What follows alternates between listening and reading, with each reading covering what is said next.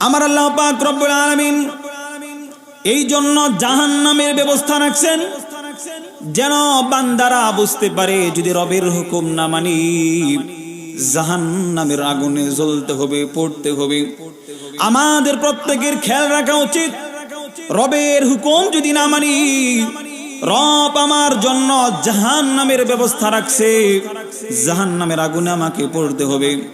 মুহতারাম হাজিরিন, মানুষ দুনিয়ার আইনকে ফাঁকি দিতে পারে, আপনারা আওয়াজ করে বলুন রবকে কি ফাঁকি দেওয়া যায়? মানুষ রাষ্ট্রীয় গোয়েন্দা বাহিনী থেকে পালিয়ে থাকতে পারে, স্যাটেলাইটের তীক্ষ্ণ দৃষ্টি থেকে গোপন থাকতে পারে, পুলিশের প্রহরা থেকে সে গোপন থাকতে পারে, কিন্তু কোন বান্দা আল্লাহর চক্ষু থেকে ফাঁকি দিতে পারে না। কথা বলেন ঠিক কিনা? আমার আল্লাহ পাক রব্বুল আলামিন